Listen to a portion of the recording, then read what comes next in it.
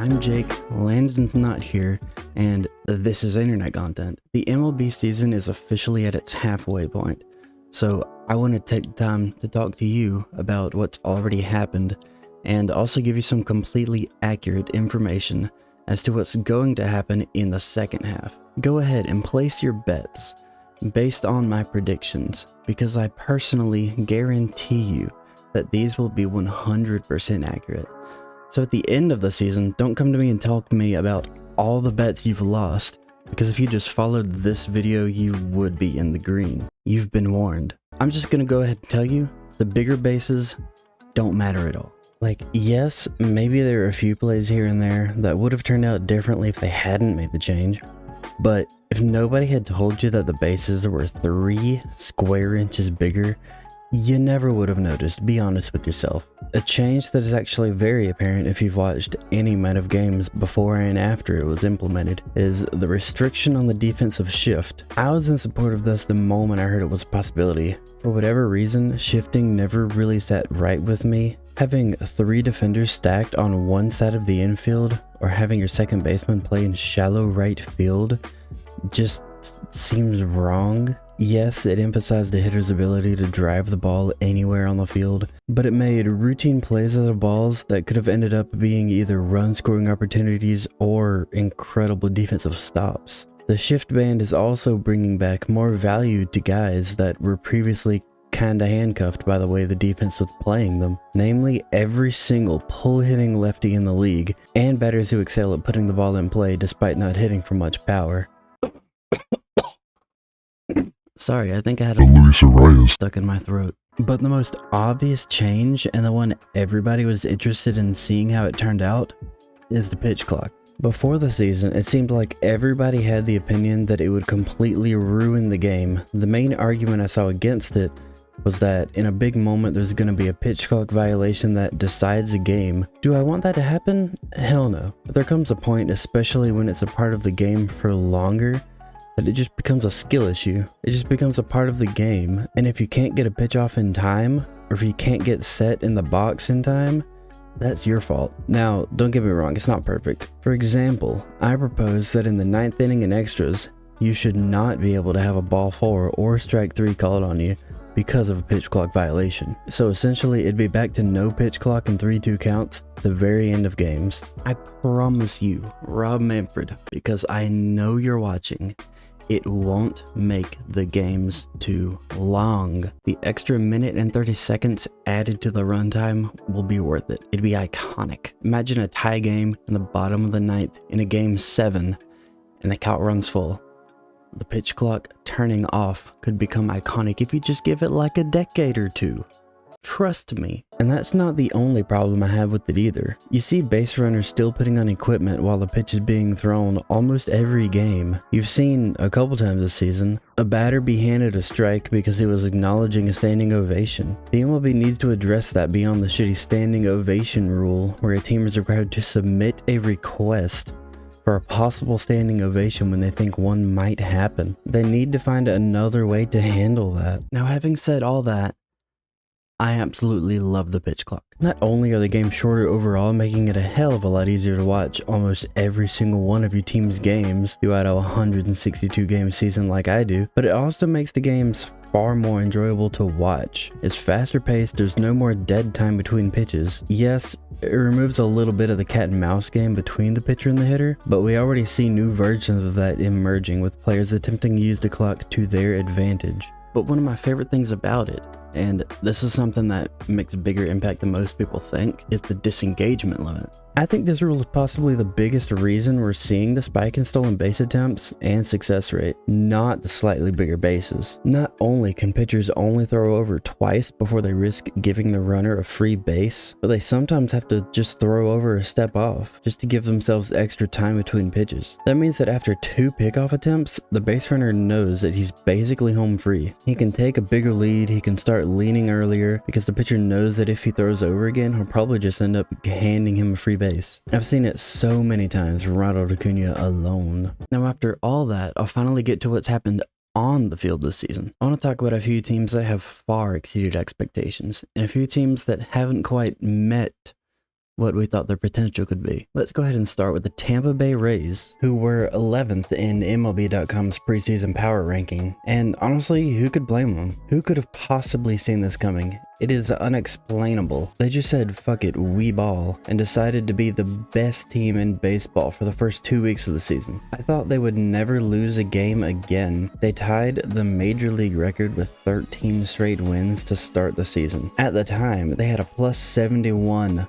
run differential. In 13 games, they hit 32 home runs, and they only allowed 30 runs. It is absolutely insane what they were able to do.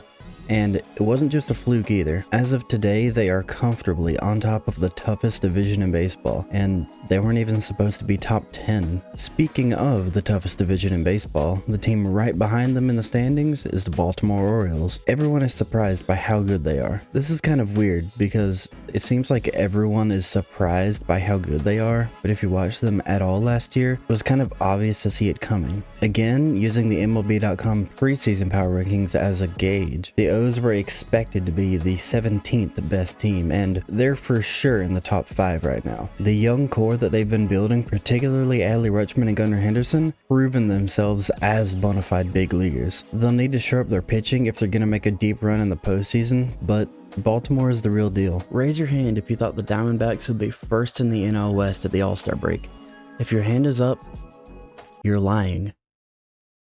You're a dirty, filthy liar. They lost 110 games 2 years ago and finished 4th in the division last year. The biggest story for this team has to be Corbin Carroll. As of this recording, he has a 923 OPS, a 289 average, 44 RBIs, and 17 homers. The man is 22 years old. He is an insane talent, to the point that he was able to sign an 8-year, $111 million contract earlier this year. The question of, well, will they be able to sustain this and stay on top of the Dodgers in the division over the second half is yet to be seen, but I would not put it past them. They're young and they're hungry. I do not see them falling off a cliff anytime soon. Staying in the West but moving to the American League, I think anytime a World Series champion retains the vast majority of their roster, it will always be a surprise to see them not leading the division this late into the year. But it's even more surprising when the team in the lead was expected to be in the bottom half of the league before the season started. The Texas Rangers are exceeding every expectation anyone had for them. Even after losing Jacob deGrom for the season, the rotation has been solid,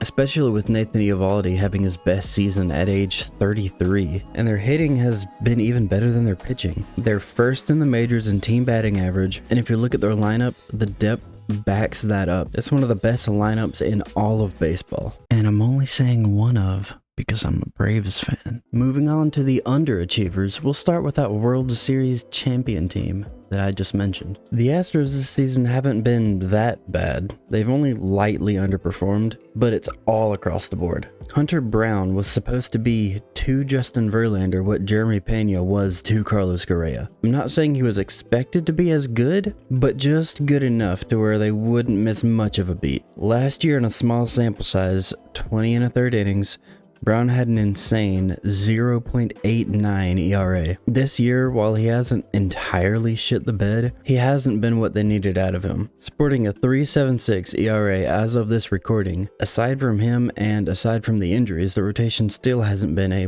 like we're used to seeing from the Astros. The only guy that's absolutely lights out for them is their ace, Framber Valdez, but their lineup might be their biggest disappointment. They only have 3 guys starting for them that have an OPS north of 800. That's not great. Not even their stars are performing. If you really want to talk about a guy not meeting expectations, you gotta mention Abreu. Comparing Jose Abreu's numbers from last year to this year, he went from slashing 304, 378, 446 with an OPS of 824 to this year slashing 239, 290, 343 with an OPS of 633. That is a 1-year drop-off like I've never seen before. I know I went a little more in depth on Houston than the other teams I've talked about, but it's because I had this weird feeling of despising them that turned into a mixture of respect and fascination as time went on, but still with an underlying level of hate.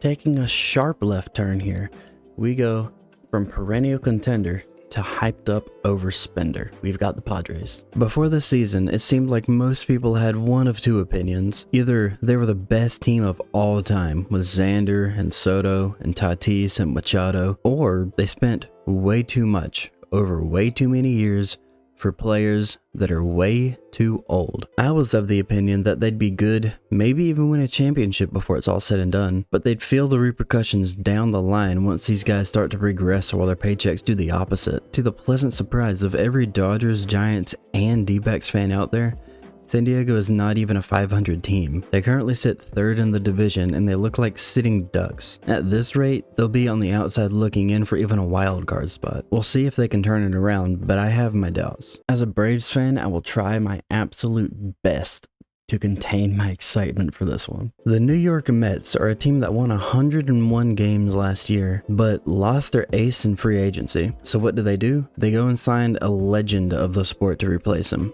This may sound like a wonderful idea at first, but that's when the good vibes end. Justin Verlander is 40 years old. He'll be making $43.3 million this season, and another $43.3 million next year. The Mets already had a 38-year-old, 39 this month, with an identical AAV of $43.3 million. These two guys alone are being paid more than the entire payroll of the Tampa Bay Rays, who, like we've already talked about, have the best record in the AL. And it's not even particularly close. The Rays are spending $74.5 million for their whole team this season, while just Verlander and Scherzer are getting $86.6. You might say, well, Jake, this doesn't have anything to do with baseball. This isn't impacting the way they play on the field at all. And yeah, you'd be correct. I'm emphasizing this because it makes it that much more baffling that this Mets team is well under 500, fourth in the division,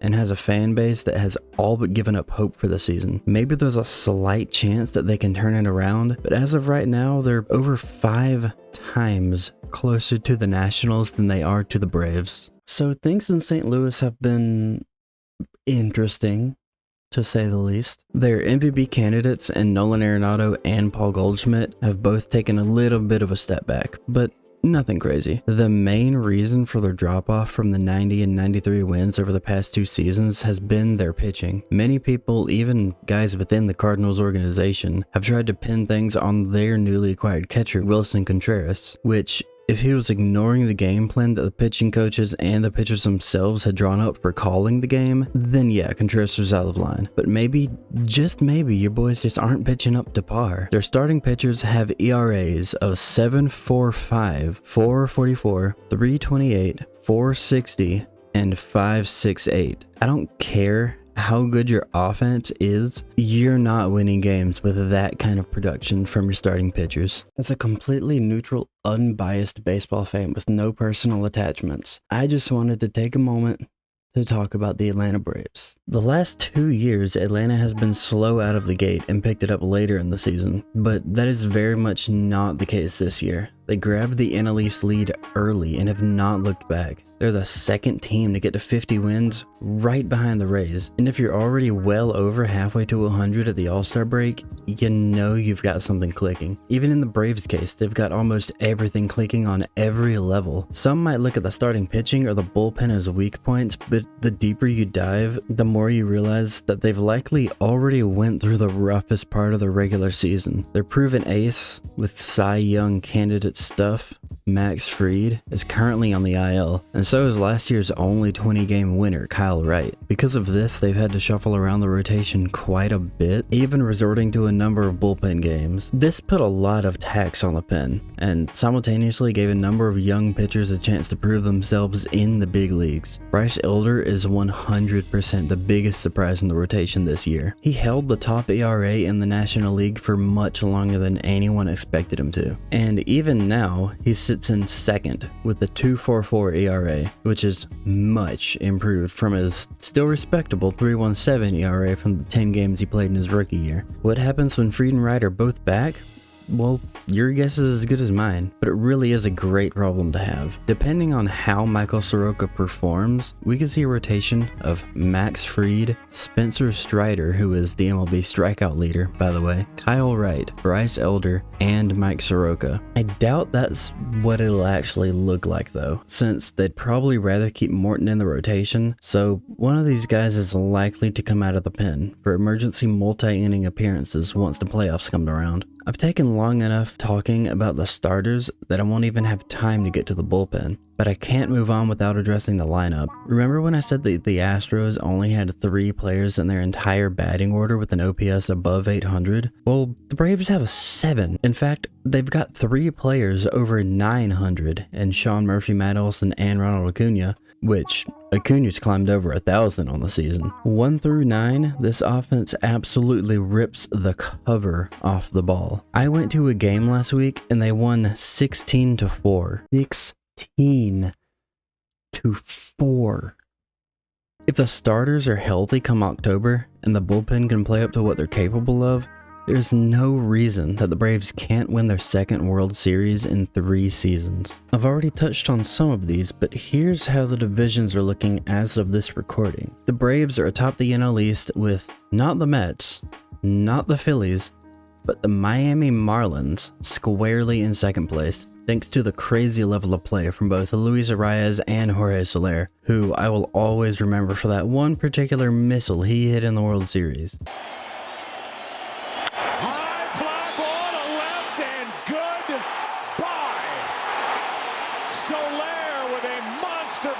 This team was a strong contender for one of the most surprisingly good teams in baseball, but keeping it to literally 4 of the 5 best teams in the league seemed like the better bet. In 3rd place, we have the Phillies, who started off pretty weak, but have turned it on lately, and would not surprise me one bit if they overtook the Marlins fairly quickly. In 4th place, like I already mentioned, are the Mets. The only team behind them is the Nationals, who, to no one's surprise, is still firmly in a rebuilding phase. Over in the NL Central, we've got the Reds in 1st place. Who saw that coming? With Ellie De La Cruz coming up and putting an absolute jolt of lightning into not just the Reds themselves, but their entire fan base, it was all but inevitable that they'd string together a few wins in a row. But 12 straight wins is something else. The streak was eventually snapped by the Braves, but Cincinnati has got to be over the moon about how their team has responded to sudden success. The team right behind them that's hot on their tail is the Milwaukee Brewers. If you didn't pick the Cardinals to win the division at the start of the season, chances are you were rolling with the Brew Crew. And for good reason. They're a solid team, and they still have a great chance in this wide open division. Now, helping to keep that division wide open, right behind the Brewers, we've got the Pirates, followed closely by the Cubs. Now, Pittsburgh started off the season red hot, jumping in the lead and keeping it for what felt like a good bit of time, but all good things must come to an end, as they've fallen under 500 and under the Cubs into 4th place. We've already talked about the Cardinals, but between you and me, as much as I'm rooting for the Pirates, I could see St. Louis coming in and leapfrogging them for 4th. Heading into the last division in the National League, the West. Arizona is still sitting on top, but the Dodgers and Giants are right on their heels. San Fran has been neck and neck with LA this year, but I'm sure the Diamondbacks would be more than happy to continue winning and let them battle over 2nd place. After a bit of a gap, we've got the Padres, which, like I said earlier, nobody expected to be where they are. And lastly, predictably at the bottom, are the Colorado Rockies. Changing course over to the American League, we'll start on the East, with the best division in baseball. Not a single team in this division has a record under 500, which is just astonishing at this point in the season.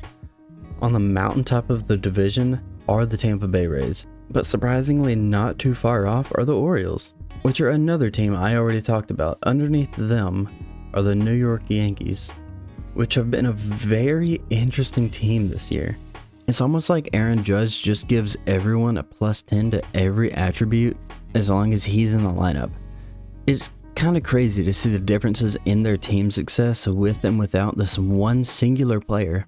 Right after them, and I do mean right after them, are the Toronto Blue Jays. They've been just about what they were expected to be, if not slightly underwhelming. But whatever way you want to spin it, they've been playing good baseball. In last place, which by the way, would be first in the Central, are the Boston Red Sox. They've outperformed expectations, but they've done so in a year and in a division where it didn't particularly matter, unless they've just performed some ancient voodoo witchcraft like the Rays obviously have. In the AL Central, the division where all you need to do to win is just to be at or slightly above 500, the Twins are currently the top dogs. Right under them is the last year's division winner, the Cleveland Guardians. They're followed by the Tigers and the White Sox respectively, and to no one's surprise, the Royals are sitting in last place, with a worse record than all of them but one team in all of baseball. I don't have much to say about this division, but maybe I'll just let that fact kind of speak for itself. Moving over to a division that's far more interesting, the Rangers, who we already mentioned, are leading the pack, followed by the Astros, who again we've already talked about. In third place, you might have expected the Mariners, but it's actually the Angels. Now, this puts LA in a tough spot because if they continue to win, they're going to feel compelled to not only keep Shohei Ohtani, but to make moves at the deadline to make a push towards the postseason. The chances of Ohtani staying are pretty slim, but if the Angels can prove that they are capable of making a deep playoff run, that's their best shot at keeping him. But that's still only a shot. There's still only a chance, even if they somehow win it all.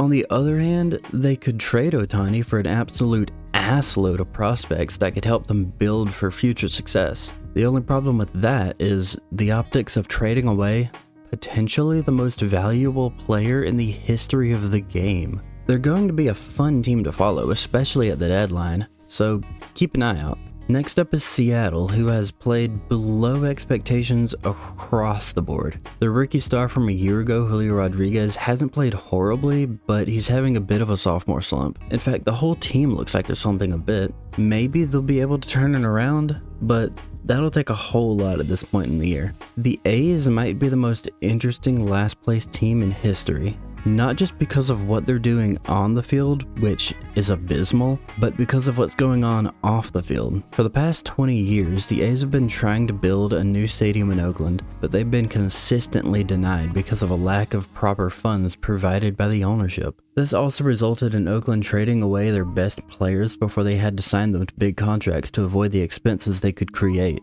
In fact, the A's GM in the early 2000s had the result to a new strategy of building a team on low expenses, which, by the way, you can learn all about in the movie Moneyball. It's got Brad Pitt. It's got Jonah Hill. I cannot recommend it enough. It's very entertaining. But anyway, the ownership has announced their intent to move to Las Vegas after this season, and the A's fans didn't like that. So they've been extremely vocal in letting the ownership know that the entire fan base wants them to sell the team. So much that they organized one night where instead of the usual attendance of less than 9,000 people, 27,759 A's fans flooded into the Coliseum. They called it a reverse boycott. The passion that the Oakland fans showed was insanely impressive. They had organized specific chants and cheers that were set to happen at specific points in the game. They crowdfunded t-shirts to give away at the game that just said "sell" on the front. They went all out. And to top it off, they won the game, and not only did they win, they beat the Tampa Bay Rays. The worst beat the best. It all came together like a movie. Now the only question is, will this whole thing come together in the same fashion? Or will Oakland lose their baseball team? Only time will tell, I guess. Okay, I'm just gonna preface this by saying what I said in the intro. If you make any bets that do not align with my picks and you don't win, that is entirely your fault, because I'm about to give you the winners of the MVP, Cy Young, Rookie of the Year, division winners, the playoff seeding, and the winners of those playoff series. Just trust me now and thank me later. Why not start with the MVP? These are by far the easiest to predict this year after all. Starting in the AL, I don't think anyone even has an argument other than Ohtani. What he does on the day-to-day basis is consistently unprecedented in the game of baseball. A few days ago, he hit 2 home runs and struck out 10 in the same game. He added .8 WAR in one singular game. He's leading the entire major league in home runs, RBI, slugging, OPS, and total bases.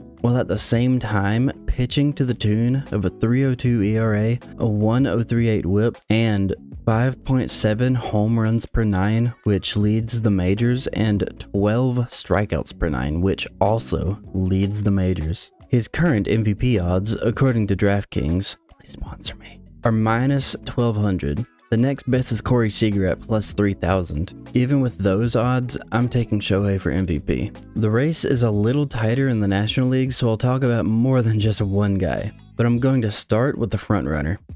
Ronald Acuna Jr. is on pace to be the 5th ever member of the 40-40 Club, and the first since Alfonso Soriano in 2006. He's also on pace to have the first ever 40-50 season. 40-60 even.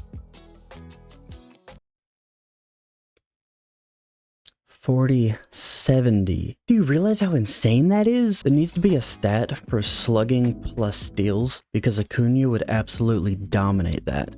Plus, just look at the man's baseball savant page. Just look at it. But some may argue that Corbin Carroll could also make a push for the MVP. Rookie Corbin Carroll, by the way. While Ronald is at minus 145 for the MVP, Carroll currently sits at plus 500. That's a lot closer than Ohtani versus anyone else. But I still think Acuna pulls this one out. Freddie Freeman's at plus 700, but I don't see how people are going Freddie over Arias. 0-1. Guess what? He's got a hit. That's absolutely shocking. He has a shot to hit 400 this year. I know that batting average doesn't seem as important as it used to, but an achievement like that is not going to be overlooked by the people who vote for the award. For the AL Cy Young, I'm actually going with a sleeper, a good value bet. Nathan Eovaldi currently sits 8th place in the Cy Young odds at plus 2000. I genuinely don't know why. Eovaldi has a 2.64 ERA, a FIP of 3.13, and a WHIP of under 1,000. This is the best season of his career, and he's shown no signs of slowing down. For the NL Cy Young... Wait. You can get Spencer Strider at plus 750? Okay. The Rookie of the Year race, in the NL at least, is not even close this season. Corbin Carroll is winning by a landslide. He's a legitimate MVP candidate. Of course he's 100% Rookie of the Year. In the AL, I would say Masataka Yoshida, but he said that he doesn't want the award. Because, he's 29. He's played plenty of seasons in professional baseball. It just wasn't in the MLB. Josh Jung and Gunnar Henderson are the other two candidates. Jung is favored between the two, but to me, it's kind of a toss-up. I'll probably go Henderson just because it's a better value at plus 500. Now for the division winners. Starting in the NL, where we currently sit, the Braves are comfortably in the driver's seat in the NL East. I'm thinking that they'll most likely hold on to it and probably the top seed as well. I don't see there being much drama in that division. In the West, Arizona is leading, but you can never count out the Dodgers. But LA is having a slightly down year compared to their standard, yet if you were to bet the Dodgers, you'd be betting on the favorite. They're minus 175 to win the division, while the D-backs, who are above them in the standings, are at plus 360. How does that happen? I'm gonna take the Diamondbacks, and I think this one is a steal. The Central is a bit of a toss-up. It's kind of one big glob of mediocrity, and one singular team hasn't really separated itself from the pack. But honestly, I might buy into the hype train here. I might go with the Reds. They've been insane as of late, and even if they don't keep this up, they'll probably still be able to keep pace with Milwaukee. And by the way, I have a feeling the Reds are gonna make a big move at the deadline, specifically for a starting pitcher. The way they've been winning lately is just by bludgeoning teams on offense, so some good pitching could really serve them well. Maybe even Lucas Giolito, or Shane Bieber, Eduardo Rodriguez, Dylan Cease. Basically, if you're in the AL Central, the Reds are coming for your pitchers. And speaking of the AL Central, man is it a shit show. Their division leader would be 4.5 games out of a wildcard spot if it wasn't leading the division. And that team is the Minnesota Twins, who are under 500 and leading the division. But Cleveland is close behind them, and Detroit and Chicago are just a few more games back. Look, Honestly, whoever wins the division is going to get swept in the wildcard round no matter what. So let's just go with the Twins because they're more entertaining than the Guardians, and I'd rather see them in the playoffs because they might suck slightly less ass. The complete antithesis of sucking ass is existing in the AL East. Obviously the Rays are in the lead, and obviously I'm taking them to win. Yes, the Orioles are very good, but I'll get to them in just a minute. This is the hardest one I've done all... That's what she said. The AL West is hard because I want the Rangers to win it. Fuck the Astros. But you can't just dismiss Houston. They literally just won the World Series and retained most of their roster. They just haven't been playing to their potential. They could turn it around, but I'm taking the Rangers. And I have an extra twist I want to predict for the division. Alright, so in the playoffs, we're obviously going to have our division winners as our top seeds, so the Braves, D-backs, and Reds. For the wild card, I think it'll look pretty similar to how it looks right now. Currently, the Marlins hold the top spot, followed by the Dodgers and the Giants, with the Phillies being the first team out. This is just a gut feeling, but I think the Phillies are going to finish ahead of the Marlins in the NL East, and I think the Dodgers are going to finish ahead of both of them. But where did the Giants fall into? Could maybe the Brewers or the Padres sneak in? Or does Miami hold them off and send 3 teams from the NL East to the playoffs yet again? My money's on the last one. So for the wild card, I'm going Dodgers, Phillies, Marlins. In the American League, we've got the Rays, the Rangers, and the Twins as our division winners. For the wild card, Baltimore sits at number 1, and I don't think that one is changing. The Orioles are very, very good, and they'd win almost any division other than the one they're in. Underneath them are the Yankees and the Astros, with the Blue Jays and the Angels right outside. Okay, so do you remember a minute ago when I say I had an extra twist for the AL West? The Rangers are going to win it, but I'm predicting 2 other teams to make it into the playoffs. That's right, everybody. I'm picking not just the Astros, but also the Los Angeles Angels. Okay, so I recorded this episode before Mike Trout and Shohei and Rendon all got hurt. So, just keep that in mind. Just keep everything I say about the Angels with a bit of a grain of salt, or like a teaspoon of salt, or like a ladle of salt. With Shohei Ohtani, with Mike Trout, with Anthony Rendon, man, there really is a drop-off after those first 2, huh? Anyway, the Angels will make the playoffs. Will that convince Shohei to stay? I don't know, probably not. He'll probably go to a team I despise, and I'll just have to turn heel and start telling everyone that he sucks, and make up some stats like, oh yeah, his WBP is under like 200, that's abysmal. And when people ask me what that means, I'll just say, it's hard to explain, there's a lot of formulas. And then they'll stop asking questions. The Yankees aren't making it. Sorry? Aaron Judge can't hit multiple homers every game. And he pummeled it. He hit it a country mile for his second home run of the night. And it seems like that's what has to happen if you're going to win consistently without Garrett Cole on the mound.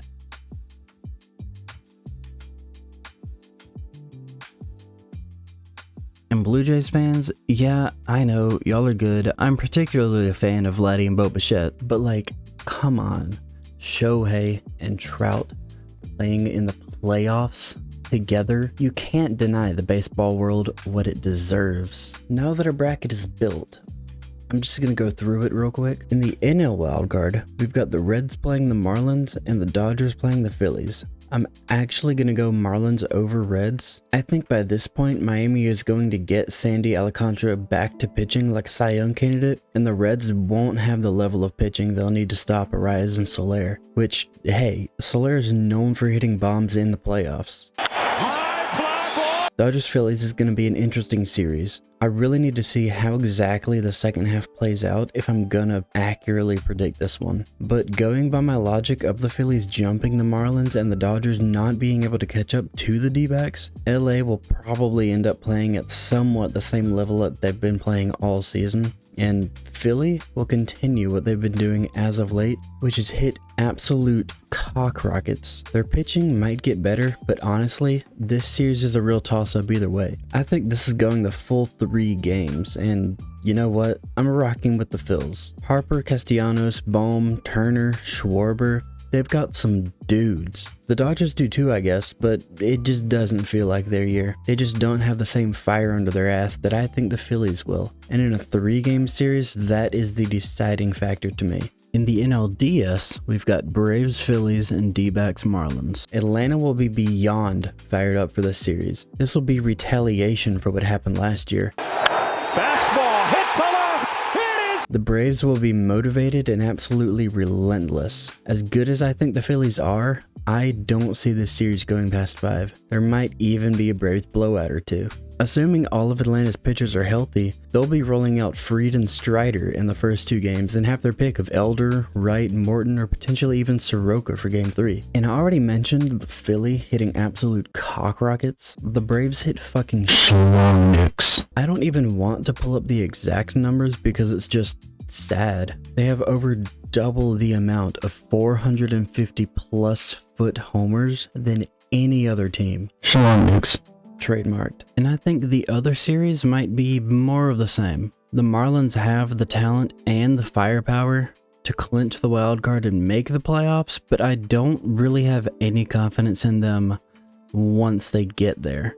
Again, I can't really see this series going past 5. But the NLCS, now that's a different story. Even with my level of bias, I think Atlanta's going to have a tough time against Arizona. But the same can be said the other way around. This series will be nothing but scratching and clawing and 2 teams playing gritty as hell just trying to get the upper hand at one another. I do think the Braves will pull it out mainly because of their lineup depth. That plays extremely well in the playoffs. 1 through 9. Anyone can do damage, and a few clutch schlong bombs is all it'll take in these close games. Now to figure out who will play the Braves in the World Series. In the wild card, we've got Twins Angels and O's Astros. Both of these will be wildly entertaining. I think both of these will go 3 games.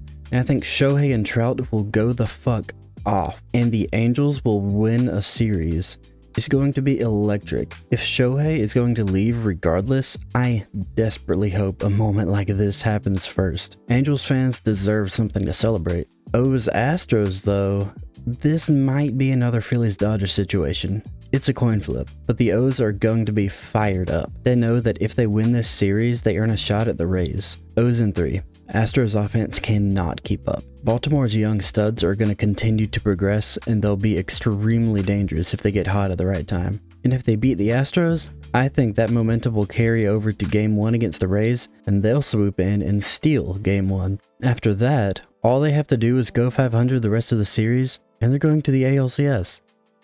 I'm going Orioles. This is my biggest upset in the bracket, but some wild unexpected shit always happens. And if the Angels not only making it in, but winning a series isn't enough for you, the O's are beating the Rays. That's right, this insane Rays team that put up historical numbers to start the season, and has more or less kept it up all season, won't even win a single playoff series. When everyone is all surprised that this happened, you heard it here first. As far as who they're gonna play in the ALCS, I'm sorry, Angels fans, I can only take this so far. You're not beating the Rangers. Ohtani and Trout might be able to carry a team in a 3-game series, and they might be able to steal a game or 2 against Texas, probably in an Ohtani start, but I really can't see them winning more than 2 games. Rangers advance, and our ALCS is set.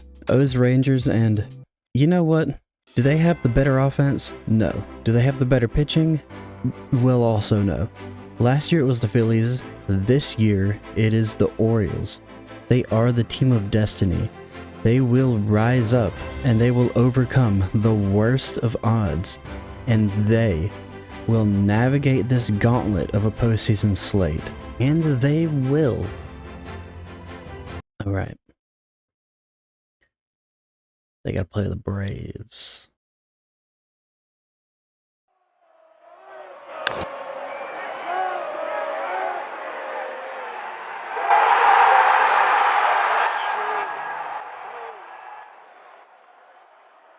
Thanks for watching, everyone. If you made it this far, you might like my podcast I do with my co-host Landon. We don't talk about sports whatsoever, but if you want more content just from us, that's what's going to be the most consistent. See you in the next one. Bye for now.